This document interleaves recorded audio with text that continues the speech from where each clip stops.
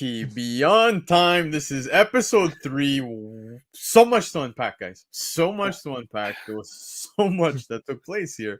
But, guys, before we get into all the fun stuff, myself, Black Crown, joined by Anthony from Reference Point Podcast, and of course, What's up? Chiapet, breaking down episode 3, a big one. I thought that was a very good one. But yeah, man, just out the gate, very curious. What'd you guys think of it? So good. So Good? good. Best episode of the season so far. What more could I Oh, say? I okay. think for me, it topped 1 and 2. So Oof. Wow. Chiapet. I mean, top 1 and 2. I mean, look, I've been in the bag for this the whole way. You know, just a bromance. I keep saying it. It's my favorite thing on screen. Jonathan Majors and this one too flexed. We'll talk about that later. I mean, I'm sure. Look, I give the first one like 4.5, and I give the second one like a 4. It's in there, you know. Yeah. For me, I love the mystery episodes of things. Like that's why I loved Lost, even though people, ended up, So yeah, I loved it. So yeah, I'll get it around a 4.25. There you go. Not as All good as right, the there first you go. one, and a little bit better. an than early score already. Wow. Look at you. Look at you. But Getting all ahead right, of the game. let's get into it. Let's get into it because this was a big episode. A lot took place. And dude, literally from the opening credits, you guys saw that, right? The whole Marvel intro. Oh, The music, it set the tone. It set the tone. So well done. It was so well done, man. yes. So Yeah. all that little fine details, man. Marvel always nails it. But all right, show kicks off. Where are we? Chicago. We're in Chicago. It's Chi-town. 1868, dude. And what's pretty fun here is it kicks off foot in the mud. I thought we were gonna get Loki and Mobius out the gate, but that's not at all what happened, right? So what do we get? We get Renslayer, and who's she there to meet? Miss Minutes, right? We're seeing Miss Minutes for the first time. And dude, the exchange right out the gate, right? You see her pop up in the background, that little shed, which by the way, shout out to Marvel again, nailing it with the set, right? The set is so well done. This whole episode, everything set wise was so On good. point. Yeah, but back to Renslayer. Now we see Renslayer meeting Miss Minutes, and she asks for the package, right? The package that Renslayer is holding, and she tells her to put it in the window to the room. Well, to the little. I guess we call it a house, right? In 1868, that little thing was a house. Yeah. Bedroom. Yes, exactly. So she tells her, put that package in that window, and that's it. That's what she was told to tell her at this point in time. Now, questions already are sparking in my head. I don't know about you guys. Like I'm like, what's going on over here? And I could already tell where this is headed somewhat. But then more or less what I was thinking came true. It was, first you get Renslayer asking like, what's in it for me type thing, right? And the one at the end of time is the one who said to do this. So, she changes. Miss Minutes changes it from color to black and white, right, to be fitting with the time, which was pretty cool. I thought that was a neat little thing. But Renslayer, like I said, was asking, what's in it for me type thing, and the exchange is kind of like, well, if you'll be side by side at the end of time type thing with he who remains and herself, meaning Miss Minutes. So we do see the window the package being dropped into the window, and who do we see there? We see a very young Victor Timely sees that package, goes to unpack it, and what's in there? It's the TVA book, man. So here we go. Episode's kicking off on a very interesting pace, man. What do you guys think here? It was a great start to the episode. I thought it was pretty funny that Miss Minutes is like, oh, how could I fit in? So I'm just gonna turn, gray. As if like, no, she's not a floating cartoon clock. That's not gonna scare the people of the 1800s at all. Yeah. Also, I instantly knew. I saw that package and I'm like, that is definitely a book. I've ordered too many books off Amazon to know what a book looks like in a packaging. And I'm like, it has to be the official TVA handbook, and it was. That being said, when is Marvel going to release that TVA handbook? Because I want to read it. Yes. Oh my God! Yeah. Same. They did the pie recipe. They didn't Yeah. do the They TVA did. handbook. What's up with that? Yeah. Uh, I, I mean, the moment I saw it, you got it right away. That what Black Crown was mentioning, how it's doing that Terminator thing, that Yep. loop. But Yep. then, I mean, you're also wondering the things from previous stories and times that we spoke to of the same character, and we're like, what's happening here? So Yeah. you're already kind of like, you're almost as disoriented as Renslayer is in this situation too. Yep. Like you're trying to that's the beauty of that opening scene. Yeah. You're disoriented too. Yes. You're trying to catch the bearings the same time that she's trying to catch your bearings, and you're almost experiencing, like, man, we're all comic nerds. I mean, we've known the story, we love these characters so much, and Yep. they're tricking us. They're Yes. making us be unbalanced. Like the last 2 episodes, I've loved, and they've not went. I saw the trailers. I've studied the trailers. Yep. I've watched all those awesome breakdowns from New Rockstar, Screen Crush, heavy spoilers, all the guys who are killing it out there, Yep. Yep. and I'm still confused as F. I'm still trying and still surprised. So that's how amazing the show is. And the set design has been incredible from season 1, and season 2 has gotten better, I think. Yeah. And this one, that intro music. Oh, so good. So good. Amazing. They released it now, by the way. It's online already. I want it as my ringtone ASAP. It is incredible. Like, I look at my brother, and I'm like, they're killing it. That's it's the production is top notch. Yeah. No, I agree 1,000%. And we'll obviously talk some of the Jonathan Majors stuff as we get through this episode, because yes, we do get Victor Timely in this episode. Oh, yeah. And Do we finally. I was waiting for this. Yeah, we knew this was coming. And we kind of said, how we knew already that he was going to be in half of the season, right? So to see him in episode 3 now already, like, now I'm pumped to see what comes, but a lot to unpack from this episode. So let's jump back into this. So we get the Loki opening credit scene, and then bang, we're back into the TVA. And what's happening in the TVA? Well, Obi's panicking, right? He's panicking because he cannot stabilize the timelines and stuff like that. You see, I think it was Loki and Mobius were there with him as well. And they're saying that, like, on the timelines, there's also new ones that are branching out, but things aren't stable, right? And pretty much the timelines are in jeopardy.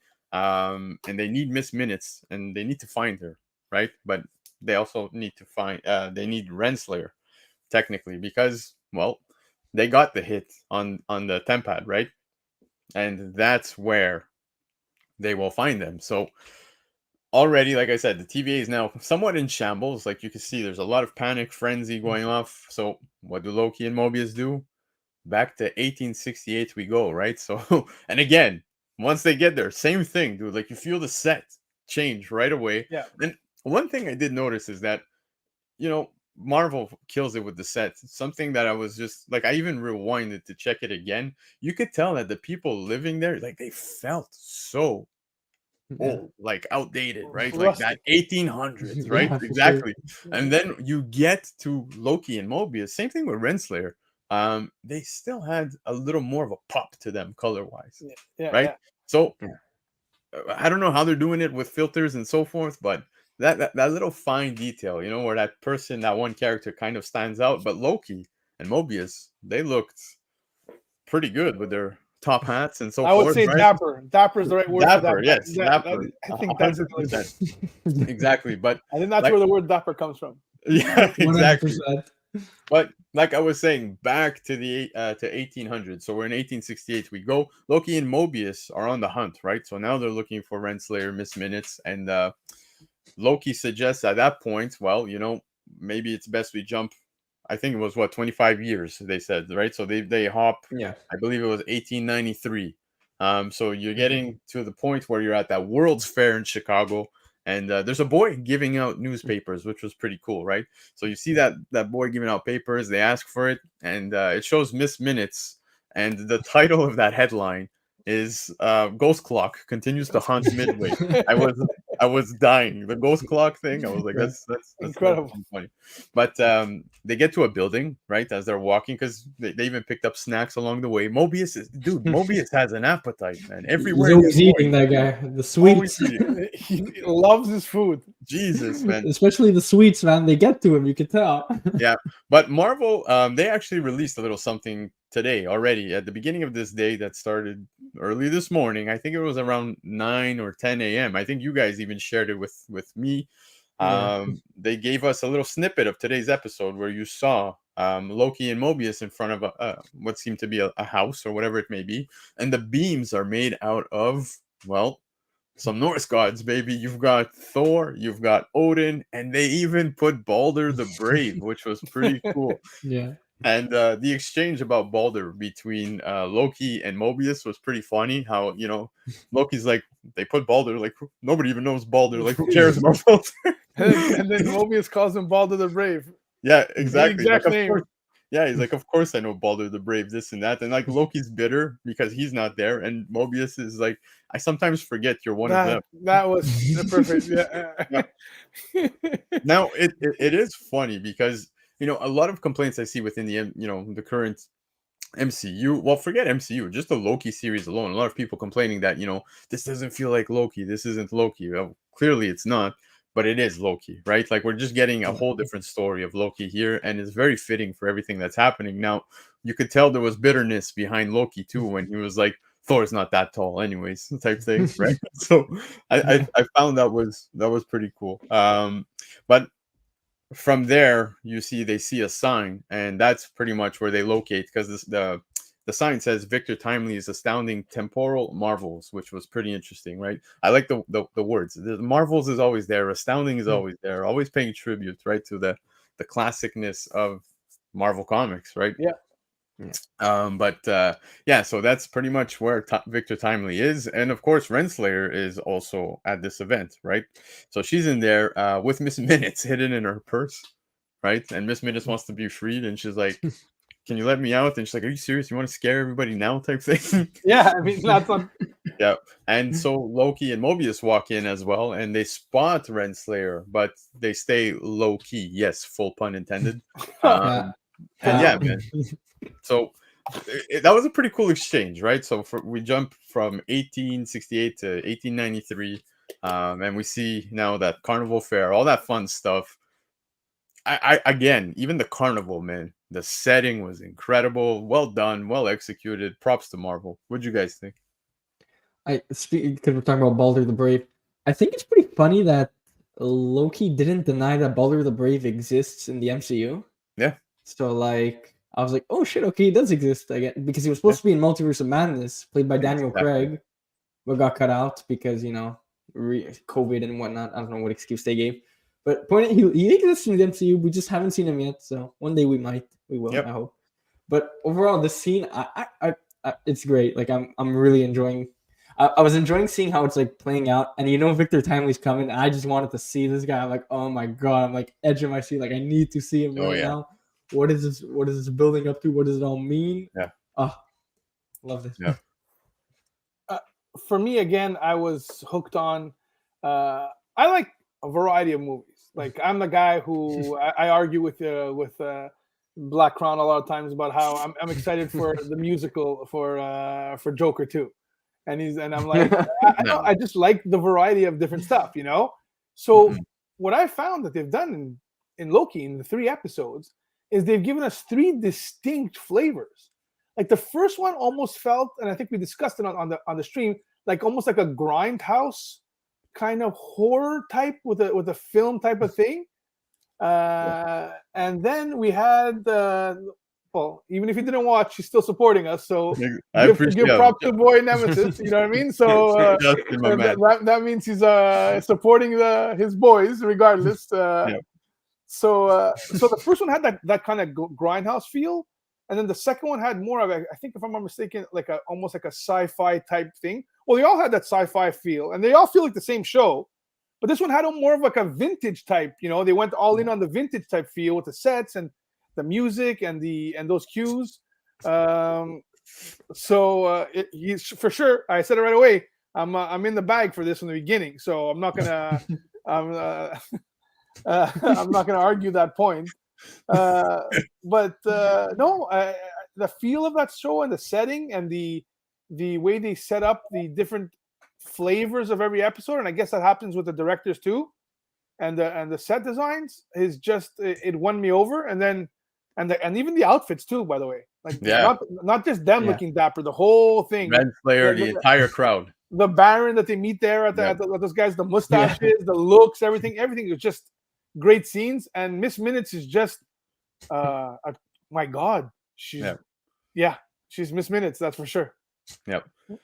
Dude, Miss Minutes is so charming, but so deadly, and we'll talk about that a little more. I'm trying to stay on. It's more for later. I think what I want to say. Let's get back to what does happen at this point of the episode. Is that Victor Timely hits the stage, and man, does he have a presence, right, dude? Jonathan Majors crushed it. His acting throughout this entire episode was spot. Even the stuttering, right? It was just killer. So good. Love him. Yeah, awesome. So Jules is in the house, man. Jules. But I thought it was incredible. Now he hits the stage, and what is he there to present? Well, like we said within, the little billboard, he's talking temporal stuff, right? So he's doing a presentation on the temporal loom. And you see his machine there and so forth. He gives a whole presentation, which I won't go in depth over, but it was a great presentation. Questions coming back and forth from the crowd, a lot of doubt as well, which was pretty interesting. But Mobius says we need to bring Victor Timely to the TVA. And Renslayer approaches Timely after the presentation, right? Presentation's intense. Like literally, he lights it up. He says, I don't want to light a city. I want to light the world. Puts on the whole temporal loom. And it was such a well done scene. Like I said, Jonathan Majors absolutely crushed it. Now, the man in the crowd that was constantly questioning him now offers a partnership to Victor Timely. And Timely's response is, I don't do partners. So that was a key, right, throughout this episode, which plays out a little later. But what does he do? He opens up bids, right, to the actual temporal loom. So offers are coming in, but he makes a deal with that one guy that kept questioning him. He makes a deal for $1,000, right? That's huge money back in this time. But even now, man, it would help me big time, I'll be honest. But buy a PS5 with that, Yeah, exactly. But what's happening is that they're doing that, right? They're bidding on this, but at the same time, Loki accidentally bumps into somebody in the crowd. Now you can see a fight building up here, right, between Loki and this guy. So there's a lot of stuff unfolding all in one moment. But what does Loki do to that guy? He makes him literally disappear. He just paf, guy's gone. Outside they go, right? Victor Timely takes off. And when everybody's outside, Victor Timely is making his escape. We see that guy that Loki made disappear in a cage, which was pretty funny. Yeah, I thought that was good. But outside, they're getting approached by people. And you see Victor Timely getting approached as well. And it seems that Timely is pretty much a con artist because he sold some kind of trousers that make a guy grow or something like that. Made no sense. I was like, what is going on? But yeah, he seems to be a con artist, right? And he was persuading the guy into this is don't worry, it's fine. Like it's working. Even this was a prototype, but it's working type thing. But yeah, then the guy who paid the $1,000 for the temporal thing now is pissed off. He says it's a phony. He's chasing Victor Timely as well. So Timely escapes in a Ferris wheel, but Mobius gets a call at the same time saying there's a reading, right? Something's about to happen, and it's 10 feet away from him. What's her name called from the TVA? I forgot. I always forget her B-15. name. B-15. There you go. And yeah, so we get the phone call about the reading, and lo and behold, Sylvie shows up, right? And she's there to kill Victor Timely. Like she said it. Like if we find him in any other timeline, I'm gonna kill him, right? So she was there exactly for that. But Loki and Sylvie have an exchange within that cart of the Ferris wheel in which Victor Timely escaped, right? So they're having an exchange, a lot of back and forth going on over there, and it ends with, I guess we could say, a fight, right? The big blast that with their magic stuff all the time. And it blasts Timely completely out of the cart. Now Renslayer uses Miss Minutes at that moment because the crowd is in frenzy. And do they ever hit a whole other level of frenzy with Miss Minutes? Because she just morphs into a full-blown, oversized, black and white, I guess, ghost clock. I don't know. But yeah, man. So all of that action, all of that took place. Jonathan Majors, like I said, absolutely crushing it. What did you guys think of that entire sequence right there? Because it was a lot in one short scene. I think Major stole the show more than anything. He was incredible. I loved when he comes in. He wasn't exactly what I was expecting, like, because he was super like whimsical and like a bit over the top. You know what I mean? Like he shows up, he's like doing like all this big stuff, trying to like. He looks a little crazy on stage, you know. And the reality is, the guy's actually normal. He's just a con artist. He's he cheated a couple. I love that you were mentioning with the trousers that don't fit. Yeah. That when the guy's talking to him, like, "No, you grew," and he's like bending down to make him look taller. So he thinks that he's taller. So that really made me laugh more than anything. And the whole first world thing, like the minute Sylvie showed up, I'm like, she has to come here and she has to kill and ruin time again. Like time and time again, she's coming in to ruin it. Yeah. But you know, she didn't do it. She didn't succeed. So thank God for Loki. Yep. I just realized something from when I was watching the episode. From the previous episode, it was called Breaking Bad, right? Yeah. And I was wondering why it was called Breaking Bad. That's usually when a character breaks bad.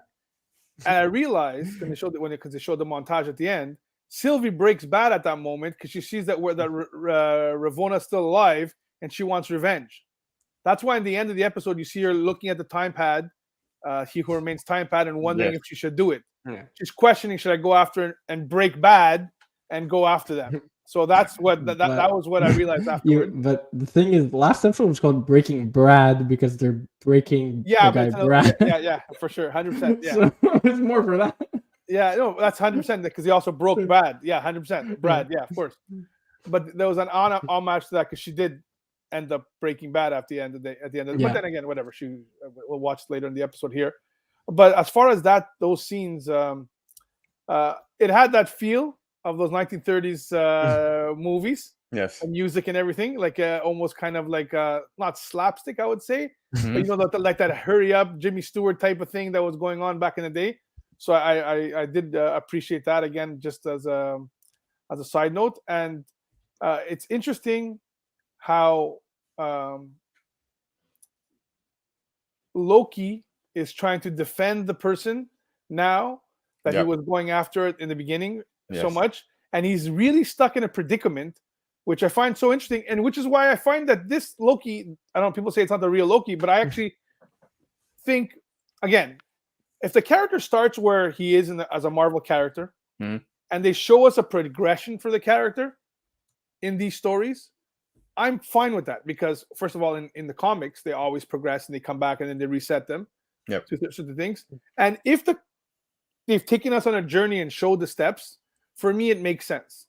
Like for me, we had two Loki arcs. We had the Loki arc, the first one, which was Loki then dies in Infinity War. And he changes in that one, first of all. He changes. He becomes a hero in Ragnarok.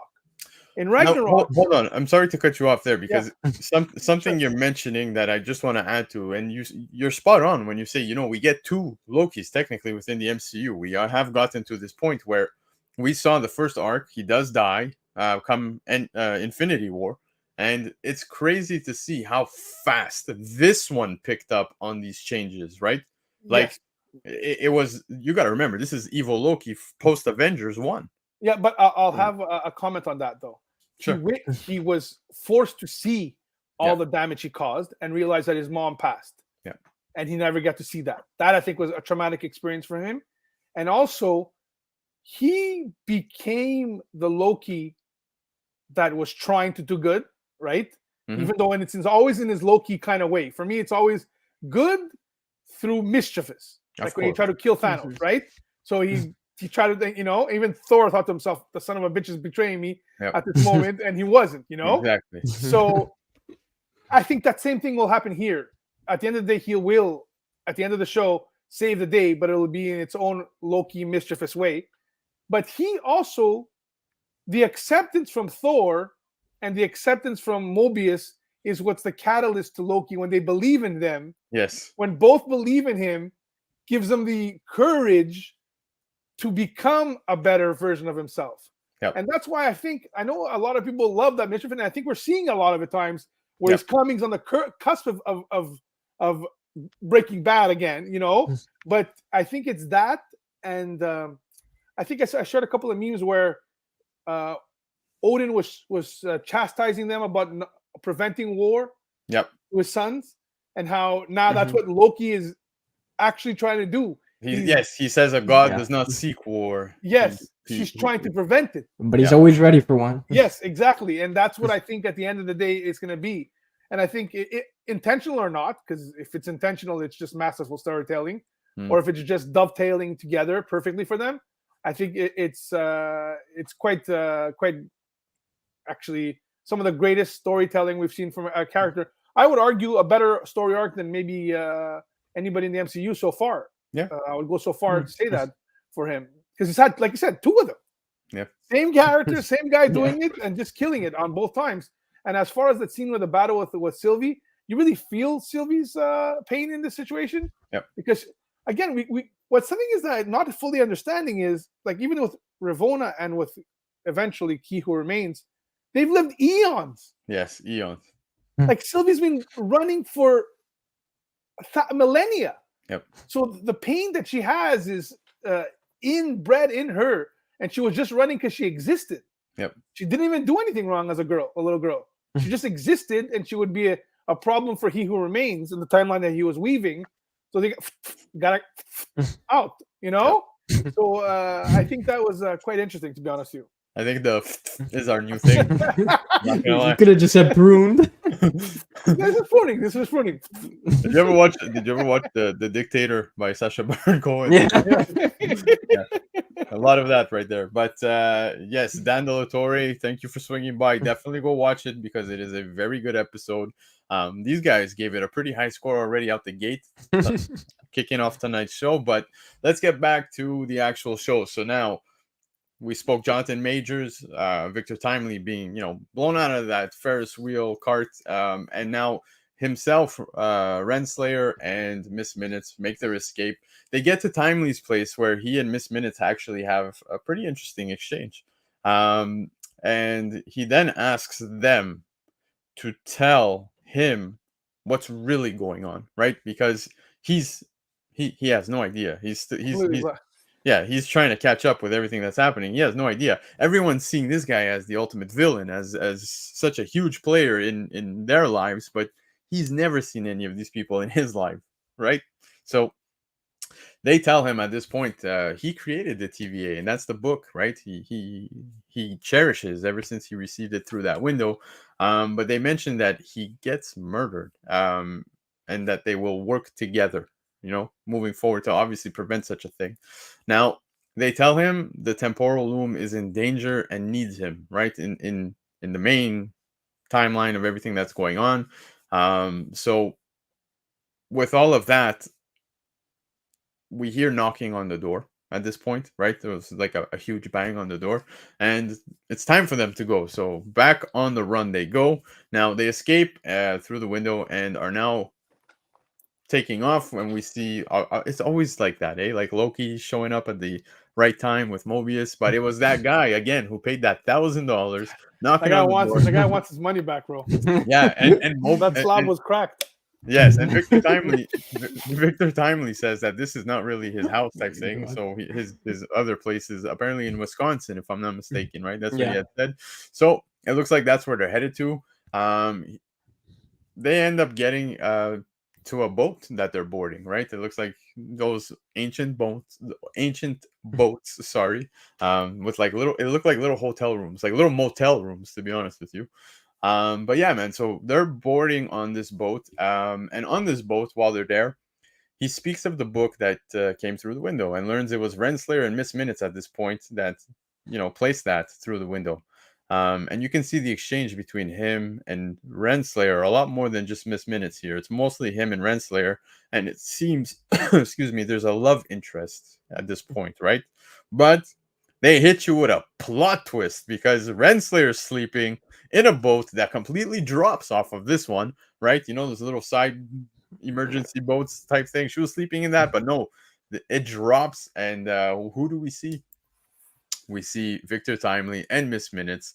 They're cutting ties because during that exchange with Renslayer, she said, about their partnership. And again, the partnership thing clearly is not for Victor Timely nor Miss Minutes, because Miss Minutes, you biatch, she went bananas. She's like, nope, she did it to herself type thing. So they cut ties and off she goes, right? That was pretty interesting as a plot twist. I don't know what you guys thought about that.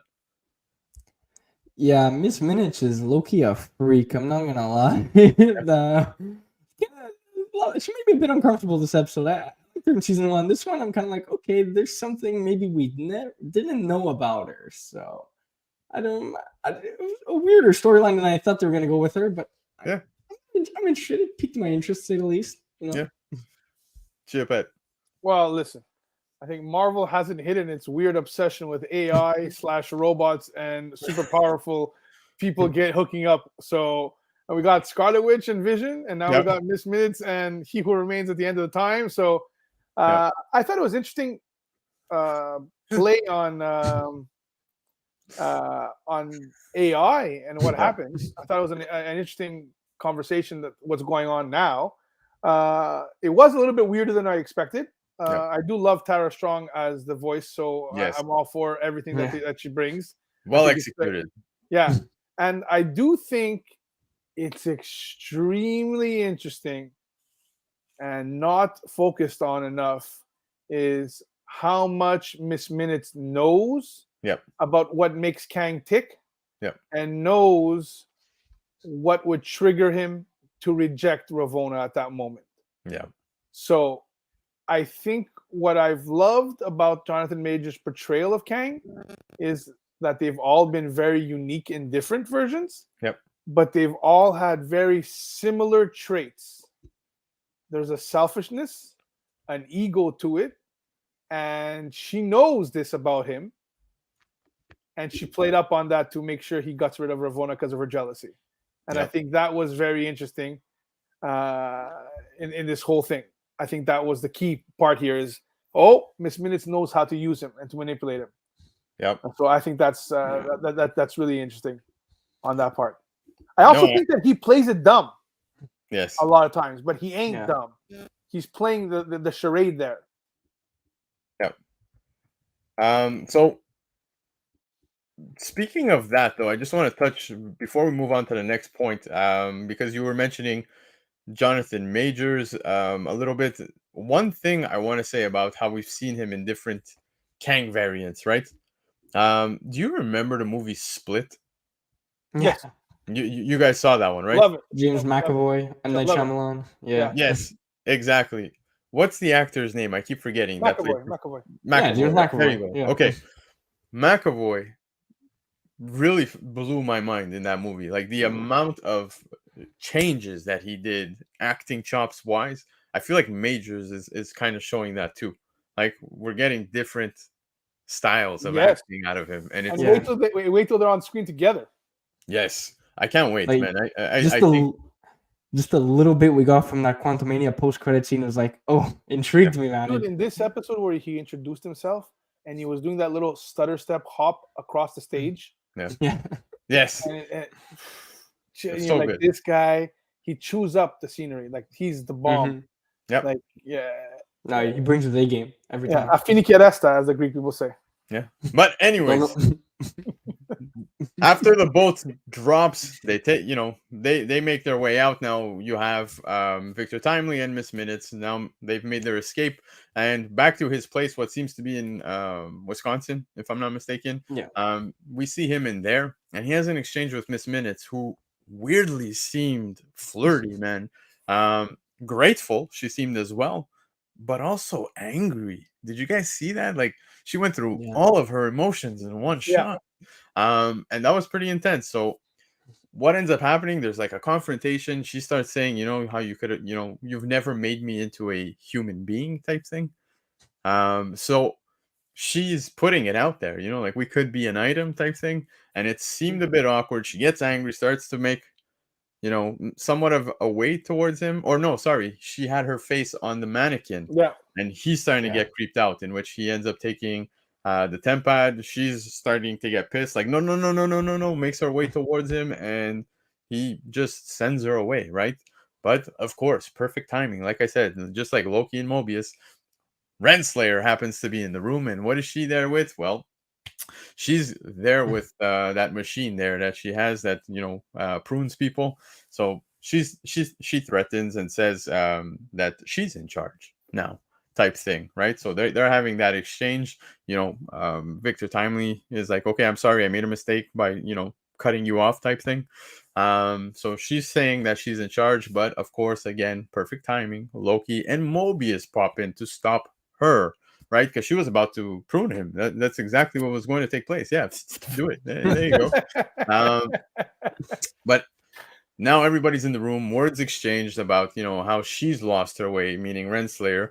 Mobius is telling her, like, you've clearly lost your way. But she's claiming that she's the only one that could bring stability to the TVA at this point, and she's basically order to the chaos, which he puts emphasis on during his presentation, right?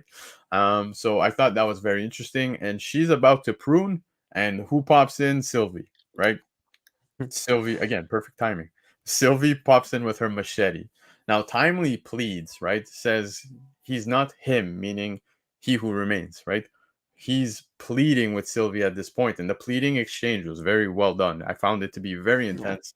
And Sylvie finally, within that exchange, caves at the end, and she allows Loki and Mobius to take him back to the TVA. So that was pretty cool. She stays with Renslayer, though, right? And the exchange between Sylvie and Renslayer, I thought that was awesome. But what does Sylvie do? I think she got to do something that I think we've all wanted to do to at least one person in our lives, right? At one point in time, she kicked Renslayer to the end of time. How nuts! Yeah, how nuts was that? She kicks her to the end of time, in which Renslayer, at that point, we see her back in the room where Kang died, right? He who remains died in that chair, stabbed by Sylvie, and we see his body rotten at this point. She sees that, and Miss Minutes now pops up, right? So we're getting this is the end of the show. Miss Minutes shows up, and she says that she knows a huge secret about Renslayer and can tell her, but it's going to make her really angry. And then the show ends, hit the credits. That left me thinking tons of stuff. I don't know how you guys felt. Yeah. From the scene with Jonathan Majors, Mobius, everybody in that room, that exchange with Miss Minutes. Now you have all these people popping in. Sylvie actually allowing them to do this, even though she's wanted nothing more than to kill this man. All of this was great. Great exchange, great setup for the next episode. Guys, what did you think of all this? Like I said before, Jonathan Majors stole the show for this episode, like the whole time.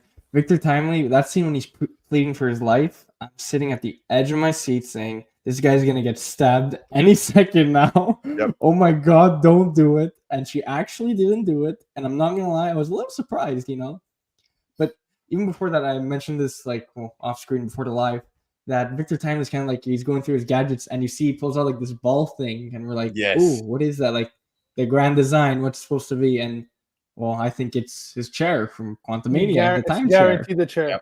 Yep. Because you saw his obsession, right? Yeah. With that one piece. Yeah. Because it's clear that he wants to. He said that he even says a couple times in this episode, the technology of his time right now is not good enough. So if he creates that chair, he can do whatever he wants. Yep. He can He's become basically Kang like an H.G. Wells, Tesla kind of person, where his ideas are beyond what's capable at the time because of the inspiration of the book. Yep. Yeah. I mean, 30th century technology. How you're not gonna get that 1800s? I think. So the point is, he stole the episode for me, and just how this storyline's playing out. Oh my God, I cannot wait for the next one. Like I can't believe I have to wait a week. These weeks are getting longer and longer to me. Yep. So Well, for me, that whole creepy Miss Minutes thing was God. very, very shocking. Yeah, It was very it was. disturbing. Yeah. I loved it as a concept, but very, very frightening. I think it's interesting that the subtlety is how quickly he learned to use a time pad. Yes. Yeah. Not mentioned. How quickly and how. I mean, throughout the whole thing, we want to like Victor Timely, but he is very selfish. Yeah. Yeah. He steals money from people. Now he'll say that he'll probably trying to develop his technologies. Fine, but he didn't want to have a partner. He's very self-absorbed. Yeah. He has that technology that he loves. He clearly was inspired by Obi's work. Yep. And By he the does book. give a shout out. Yes, gives a full shout out to Obi, The 100%. picture in the back of the book. I love that. Yeah, no, he for sure, and he seems to be building off Obi's work. Yeah. Because That's you what see him drawing design. Exactly. Yeah. So he's learning from Obi, and then taking it one step further. Now I'm wondering, obviously, that this comes with a lot of time travel. Is it always well? If it's a circle that he always made, it should always happen, right? Regardless of what happens. But you could also say what happened first, you know? Yeah. So, anyways, I think actually he was lying to Sylvie at that moment. I think he paid attention to Sylvie and Mobius's and Loki's original argument, where she was talking about free will and everything, and he knew that was his way of manipulating and getting away with it. Similar to how he manipulated people in Kang and in Quantumania. Yeah. Those what I'm saying about the traits are there. It's just different. The same person you are, the core person you are is there. It's how and how far you become and what different things make you that, but he's still core a manipulative, self-centered person. Again, we like it because he's funny in a Benny Hill type kind of like but it's not. He's still very devious. I think he manipulates Sylvie, and I'm going to say this. I think in the next episode it's going to be revealed that he wants to get there on purpose. Yeah. And I will go on top a little theory that since we're talking about the book, he might have had information in that book given to him from He Who Remains about where he needs to be and who might come to see him already in that book and how he has to play it. Yeah. He might be preemptively ready for this. I wonder if, because Renslayer's character in the comics is totally different, right? Like, well, they do have that the love-hate thing going. They Yes. love each other and they hate each other. So that is there, and she wants to rule just as much as he does. So Yes. that stuff is there. Yeah. Exactly. But now it makes me wonder, what's this secret that Miss Minutes knows about Renslayer? When So, I was gonna say it. well, no, my brother had a theory. Lefteros, follow him on Instagram. Great comic specking. yes, sir. Great page. Favorite page yeah. on Insta.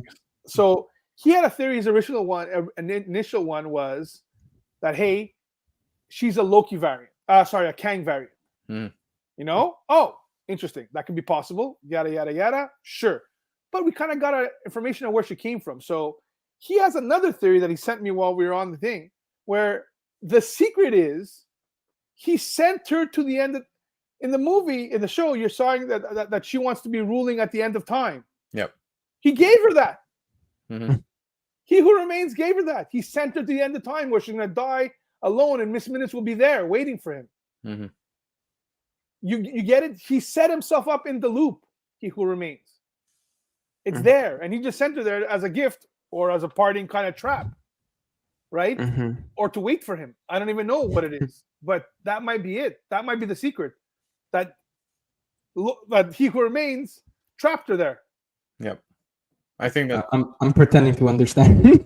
No, I totally get what you. Because he said you're going to rule at the end of time. You're going to have your place at the end of time with He Who Remains. Yeah. She's there with He Who Remains. She's just dead.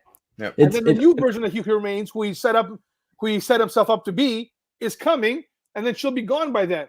And I feel need to mention this because even in episode 1, remember Loki's listening to the recording of Renslayer, and well, because I watch shows with subtitles, and it says "He Who Remains" that she's talking to, like Yeah. it's Yes. him. So it's like it plays into that, maybe. Who knows? There's a lot of things to unpack now as far as theories go. I Yeah. think that exchange between the two of them happened way earlier at a different point in time. That was the original agreement for the TVA with the OG Kang, meaning not the original Kang, sorry, with He Who Remains, right? So Yeah, she's one got always been stabbed. in on this. Yeah, she's always been in on this. And with the death of He Who Remains, well, now she wants to do everything possible to save him, right? So we're going back in time to get Victor But she Timely. probably, Now, she probably doesn't remember all those things that she did. exactly. Yeah. Now, That now might be the secret as well. Now, Victor Timely has made his way to the TVA by the end of this episode. So now, with the next episode kicking off, that's where we expect to see him. He's gonna finally have an encounter with Obi, right? His Who- hero. 100%. Oh my God, Key, what's his name again? With Jonathan Majors on the screen together. Yeah, I can't Owen wait. Wilson and Tom Hiddleston. Are they going to be on the screen together? That might be just too much awesome screen charisma. yes, all in one. But Yeah. my question here now is, we go back to Victor Timely, okay, and we saw in his timeline, in at this point in time within the 1800s, how he built off of that book of the TVA, and Obi being a big key to that. Technically, if we want to get technical now, Obi is kind of responsible for Kang. Very possible. Yeah. Someone So- is. Exactly. So does this, well, at least for Victor Timely, I would say he's responsible. So does this now start to shift how we feel about Obi as of next episode? Are we going to start to see things change here? Yeah. Will he work in unison with Victor Timely and cost even more stuff to happen across the multiverse? That's what I was thinking. I'm like, is he a Kang supporter? That's the real. What we really have to find out, because Yeah. maybe he just did it by accident. Maybe he just likes creating stuff. Next thing you know, he created a guy who wants to destroy the universe or something. But maybe he doesn't support him. He Maybe would he does. definitely be inspired to be working with people like Victor Timely to get things done, because he's such a science nerd. Yeah. Similar to what's his name again? The other one that's there as well. I wouldn't be surprised if they all become swayed by Victor Timely, and that's the whole point. Yeah.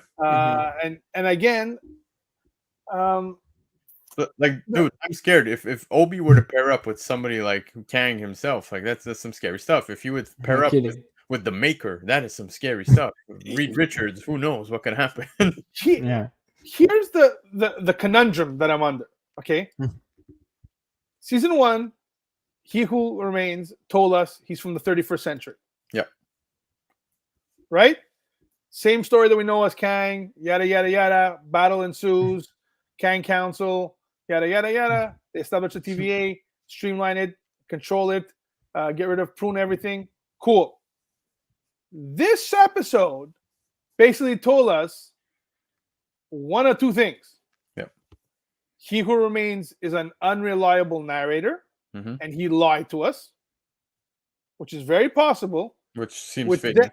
which then leads credence to me saying Victor Timely is a liar and manipulator.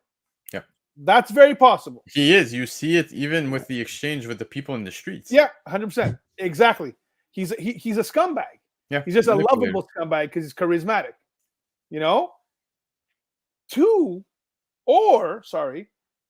Somehow He Who Remains has set up a failsafe that if he's eliminated, so let's presume OG Kang, OG He Who Remains is from 31st century, right? Mhm. He developed this technology, developed the TVA. He worked with a person like Obi that developed everything, but understands that he may be eliminated. So he needed to seed a version of himself that he can activate or can just die in whatever, right? Earlier to take his place if he ever gets eliminated. Yep. With the intent of taking over He Who Remains' place and keeping the sacred timeline going, because that's the only way to ensure the world not falling into entropy. So So the end goal is right. It's order, right? but he's a skeevy person to get there. Either way, there's some unreliable narration coming, and that way he could be lying to us even now. Yeah. So something interesting that Lefteros actually just messaged me right now. I'm not even kidding. This came straight from him saying the crumbling Live. building, right? The Yeah. crumbling building. It had cracks when they first went in season 1. And now you see the building falling apart. That means the building breaks and is rebuilt in a cycle, right? So yeah, I think that's gonna speak a little bit of volumes at the moment, right? With everything that's happening here. There's definitely that cycle nature happening. 100%. Somehow, some way. I just don't know how it's happening and what this means for what he told us originally versus now. Now, think about it. He may be lying to Loki and Sylvie there because he understands he needs them to get Victor Timely and bring them back to the TVA for him to get access to the technology that he needs to do his things. That's how sneaky he is. He's like, if I tell them I'm from the 1800s, they're never going to give me access to the TVA. Yeah. I got to tell them I'm from the 31st century to confuse them. Maybe that's it. Yeah. Maybe he's thinking 4D chess. Could be. You know, He's a liar. well, he's definitely a liar. Like, Yeah. again, through all the fun and the showmanship, he's a liar and a manipulator and self-centered. Yeah. Those are, I think. And I think he may have even known how to manipulate Sylvie. I believe it. No, for sure. Yeah. One thing that I'm loving so far with all this Kang stuff is that we've already within Quantum Mania and even Moon Knight, we got some hints of Immortus, right? Yeah. I am happy to have seen so many variants already, right? We saw the Council of Kangs, we saw so many different variants of these Kangs. Now this season seems again from the previews, even before episode 1 dropped, that a lot of focus is going to be on Victor Timely, which we're going to be seeing now. We got in episode 3. I assume we're going to see in episode 4. Now with with the Jonathan Majors expected to be within half the season, which is going to be 6 episodes, right? Yeah. I heard 4 episodes. I heard he's in 4. So if he's in 4 episodes, Yeah, so it's the rest of the Doing season. everything. I'm wondering, does Victor Timely make it all the way to the end, or will we see variants? And a variant I'm really hoping to see pop in is actually Nathaniel Richards, bro. Mm-hmm. Yeah, a decent cool one. Before he becomes again. Another thing, guys. Why are we presuming Victor Timely is who becomes He Who Remains? Yeah, no, I don't think that at all. I think, like you said, he is a key to get things back. Exactly. He may just need Victor Timely to get there. Mm-hmm. Maybe he's a good to get certain places to key in certain events to happen. Yeah. Like we shouldn't presume that that's who, He Who Remains. Maybe just setting up certain things that he knows that need to happen, and Victor Timely might be one of them. Yeah, I wouldn't be surprised if Victor Timely by the end of this dies. I was thinking that he might die next episode, and that's the shock that we have. Yeah. By another Kang. Yeah. Or by Already. Obi. Oh my God! What if Obi? Because there's been rumors that Obi is another Kang variant. That he's going to be Kang, the Qeng. I don't like that. I don't like that. I'm just saying that was the rumor that people were saying. I read online. That's random. That's okay. Because he deals with energy and the technology, but I don't like about that. The reason why I don't think that's possible is because we've seen Obi talk to himself without anybody around and show concern for people. Yep. Mm-hmm. So it's weird when you do that. It's cool that you pull that ruse when the character is never alone and having inner monologue. If they're having inner monologue and showing concern and being benevolent, it's going to be hard for me to understand how they're flipping that, like that a little bit. So I don't know exactly what's happening here, like I said, but there's either an unreliable narrator that lied to us in the first season, or something's happening now, because I'm pretty sure that they've mapped out Kang's journey. Yes, I would think so. The reason why I say I wouldn't like that is because within comics, like, we knew that the Kang, the Avengers Tower got sold and it became the Kang Tower, right? Yes. And we kind of got that. The Stark Tower got sold. Yeah. we saw Mhm. exactly that take place within Spider-Man Homecoming, but we've never found out yet who bought that tower up until now within the MCU. So when I saw the Kang Tower with the logo in season 1, Yeah. once they get to the end of time, I was like, oh, okay, maybe they're foreshadowing here something, right? So Yeah. it could make sense, but I don't know how they would play that. Like, I would love to see it unfold within comics, but within the MCU. But for all we know, maybe it's the Fantastic Four. Maybe it's somebody totally different who bought The within the Kingpin. MCU, right? Yeah, exactly. It could Could be be Kingpin, Kingpin yeah. at this point. It's Um, it's been 6 years since Homecoming came out, and we still don't have an answer. I'm like, come on, guys! Like, what are we Well, doing here? again, We a need lot to of the know. movies have been like in different time frames, right? Like Yeah. I think if I'm not mistaken, one of the movies happened in 2025. Yeah. Like all the Yeah. movies happened before other ones are. Like I'm not sure we have the full grasp of on the Well, timeline where it's coming. You know, We They just like well, they're releasing a timeline book actually next week. Funny enough, and I mean, we officially caught up with Endgame now in real life. So Endgame's 2023, and now we're Yes. 2023.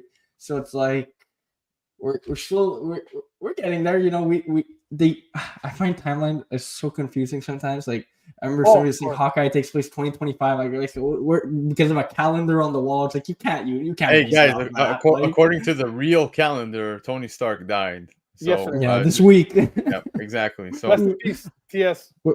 Where did that information come from? I saw everyone posting it, but I'm like, where in the movie does it say he dies in October? Does anyone know? I honestly have no idea. I would have to go back to watch it because I'm assuming they're pinpointing based off of like events, right? When like the Yeah. 5 years later and so forth. So I Yeah. don't know. I don't know. I just don't know where. I always thought he died in May or something like that. That's when the movie came out, so I assumed. Well, but, he like, was always in LA, right? So Yeah. you can't tell about the weather. Yeah. that's true. So I mean, for me, this episode was a little bit like, I don't know if you ever did you guys watch Lost? No. Yes, of course. The episode where Kate pulls up in her car in the real world and Jack's there with a beard and he's screaming, "We have to go back." Mhm. Yeah. And you're like, "Back? What Yeah. the fuck? Yeah. What do you mean back? Why do you have a beard? And why Yep. aren't you guys together? What's happening here? What do you mean we gotta go back?" And then and you're like questioning everything. It's a bit like that now for me with Nathaniel Richards and the story he told us versus what we're watching. And I'm loving it because I really don't know how they're gonna play this, but I'm convinced that we're getting all played by Victor Timely. And I think by the end of the next episode, it's going to be revealed that he has a lot more control and ownership of his actions than he's leading us on to be. I think. So Lefteros, rather than saying it in the chat, is texting me directly saying that the secret is that Ravonna is gonna die there before Timely, aka He Who Remains, arrives. So he's saying that he thinks that Victor Timely is gonna be He Who Remains. Oh yeah, no, it's very possible. I mean, I have no idea. I'm just saying it's not guaranteed in the sense that if he lied to us in the first one, if He Who Remains lied, going forward, he's no longer a reliable narrator. Now, for him to get to the end of time, now it makes me wonder, like, if he gets there, and Ravonna is no longer there, or whatever may happen. I assume, I guess, throughout the course of time, she just rots and dies. So I have no idea.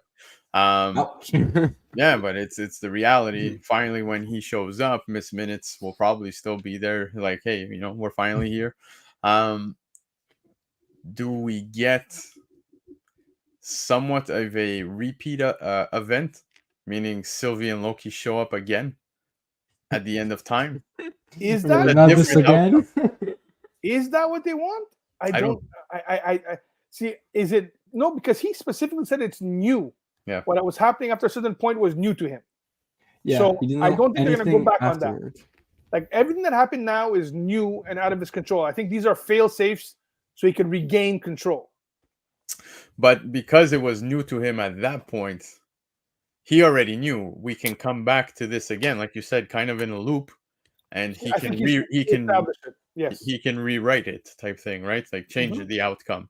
So yes, I'm curious now. It has me spiraling mentally. I could tell you that a lot of theories are playing out in my head. Clearly, you saw some theories coming out of Chiapet, coming out of Anthony tonight, but definitely a very interesting episode. I don't know about you guys. I'm pumped for episode 4. Oh my god! The the show direction it's going in. the show has succeeded on one thing, and it's keeping me hooked to seeing where this all leads to, because for the first time, like we've said in previous episodes, episode 2 and 1, we're watching something take place within the MCU that is moving the needle towards the bigger picture, right? So Yeah, I'm loving it, man. I loved it. I Go want ahead. to say something. Shout out to Anthony again for spotting the chair. Yes. Full out props to that.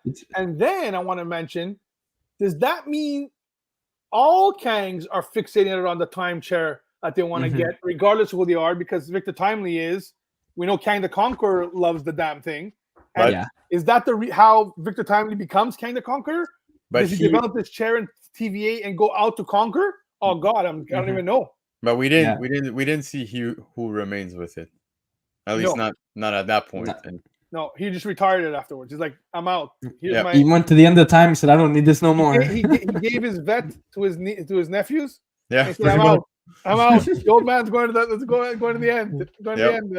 You could ride with it. I think that's what it was. It was a full circle of life right there, man. That's what he did. He said, "I'm done. Handing it over. Here's my inheritance." Because it's a chair. Enjoy. Also, what's very interesting, and I always presumed, and maybe there's gonna be 2. I always presumed that the Kang we got in Quantumania will be the Kang that's the main villain. Yeah. And I'm convinced that he comes back from whatever they sent him. There's no way. He's he's dead. No, that's because nobody who dies off screen is dead in comics. I always saying that. Cap, there's no body of Cap. He's still alive. I believe that. They're not gonna make him lose to Ant-Man in the first round. You know what I mean? Like, come on. So I believe he's gonna come back. He's gonna get his revenge on Hank and Janet, and that's how you're gonna know that it's that one, because he's gonna mention it to them, and that's how the audience at large realizes, oh shit, that's the same one. When there's other ones around, so I can't figure out yet how Victor Timely, who had the gray hair and everything, ends up becoming that physical, commanding, brutish goes to the gym. Yeah. Who just beats people down. Like, what happens there? And is it just Econo totally fitness. different Kangs? Is one from the 31st century of another universe, right? Of a branch universe. Yeah. And this is the Kang that maybe at the end of it all, this is the sacred timeline, right? Yep. So this is the timeline he pruned and he developed to make sure a Kang or a Nathaniel Richards that's the most like him develops. Hold on, you mean Victor Timely or? Yeah, the Victor Timely that we see. Yeah. He who remains controls the sacred timeline that he's on, right? So this is him pruning it and developing it, that he gets raised at a certain point, and because he controls the whole timeline, right? Yep. So he's ensured that on the sacred timeline, the one that gets born and developed is the one that's most like him and will become him, right? Whereas the other Kangs that we saw, where Kang the Conqueror, Mortis, are from branch timelines that he was trying to stop, and the Conqueror finally got out. And that's the one we're supposed to be scared of, who eventually probably gets the Beyonder's powers. That's the theory. Yeah. That's where he ended up being. And the theories are that the Kang we got within Quantumania is going to be that one, like you said. Yes. Maybe he got sucked into that little thing, and gets the Beyonder's powers. Something's gonna happen. Yeah, he's gonna get like exactly. So and that's the Kang Prime, basically. Kang Prime. Exactly. Yeah. I feel like if they do that, it's a cheap out, in my opinion. I don't like the way it's being. Yeah, I don't like that. Oh my God, he got sucked into that thing type thing, and then comes back with Beyonder powers. Like, no, I kind of don't want to see that. Well, I don't know if he's gonna have Beyonder powers or just be stronger. And they might call him the Beyonder because he went to Beyond and came back. I kind of like the theory of I don't think they're gonna have the Beyonder though. I don't think they're ever gonna have the Beyonder. I never minded the theory of a Kang, like the Beyonder being a Kang variant. I actually kind of like that. Like, it's a cool way to tie it into the original Secret Wars comic. Yes, it's a big change, but I don't mind it, honestly. For sure, but I think what would be a little more fitting for what's currently happening within the MCU is that if we got Ant-Man Quantumania, Kang got defeated in a certain way, but is not dead, and just comes back with full rage. Full rage, discovers everything that is happening now because he's no longer within the quantum realm. Now he's, let's say, out of the quantum realm, sees everything that's unfolding, TVA and so forth, and he ends up being the one at the forefront, he who remains type thing. Like, I don't want to see Victor Timely. I do want to see the angry beat the shit out of Ant-Man. Oh, Kang. I think we're getting that Kang. Yes, The 100%. Conqueror is gonna be the bad guy. But I want to see Secret Wars set up through the TVA, because we saw exactly the division within the TVA. We do, like you said, think that the void, the end of time right there, is going to be That's Battle mine, World. Anthony. Sorry, you got the chair, I got the void. Yeah, I didn't take it. I'm just saying. 100%. So I like to see that Kang tying into this, and we saw Scott Lang at the end of that movie in full confusion of what was going on. So I'm hoping that maybe by the end of this, maybe we'll even get some answers. You know what I mean, to Quantum Mania as we're getting closer to Kang Dynasty. I wonder if the TVA becomes like Shield. In this, they're going to be the ones to gather the Avengers, the multiverse Avengers. Yeah. Read Avengers Forever, guys, by Jason Aaron, and you're going to get a Kang Loki best. Prime. Yeah, I love it. But I Jason Aaron. think that, because you need some kind of like something to bring, because you know the Avengers on Earth is going to form because there's going to be like a threat, whether it's going to be like whatever, something coming to Earth. That's fine. How are you going to get these multiversal entities together? And I think Loki and the TVA are, Mobius looks a lot like Coulson in the sense that a right-hand man to Avengers Prime, Loki, who I think will realize that I still maintain at the end of this, they can't fix it. Yep. No, it has to go to complete shit. Yeah. Especially in Kang Dynasty. And that may actually inspire Victor Timely to go out and become Kang. Oh, sorry, I just thought of this now. To get rid of all his variants and to streamline it, because he understands that he needs to rid the world of him to maintain and to save the multiverse. Yep. And that might kick him off to become the glorious conqueror that we know and love, which is already in him that he's just not letting out yet. Yeah, that might be it. When he realizes that the TVA will not do what needs to be done, he will do what needs to be done. Yep. And he goes out with a chair that he develops using Obi's technology or whatever, goes out there and makes sure he gets it done. Yep. That would be fucking amazing. 100%. Like I said, tons of conspiracy theories and tons of ideas here. Our minds are spiraling, but again, they did a great job. They got us thinking. So as we wrap up the show, if you're watching the replay or you're catching it live, shout out to everybody who stuck around to watch this episode live with us.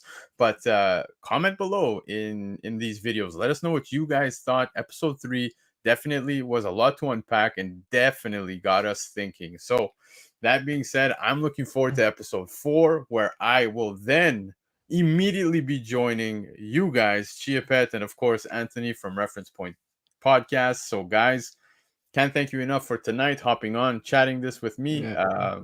Loki, thanks for having us. Love it. Yeah, Loki episode 3 was great, but we will be back next week for episode 4. So guys, until then, we will see you next week. Peace. Buenas noches. Ciao.